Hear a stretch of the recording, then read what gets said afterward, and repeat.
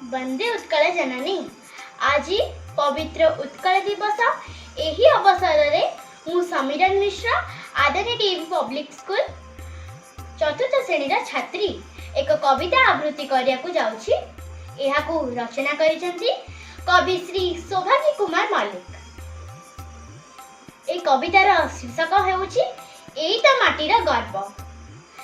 पसंद हेले like share comment निश्चय करेंगे।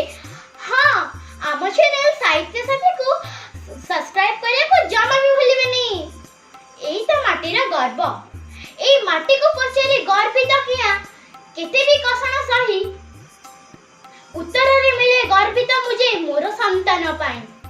मोहरी कृषक फलाए फसल जोगाए सभी को दाना। मोर गुणाकार दियो सभी को पिंधिबा पाई की कना।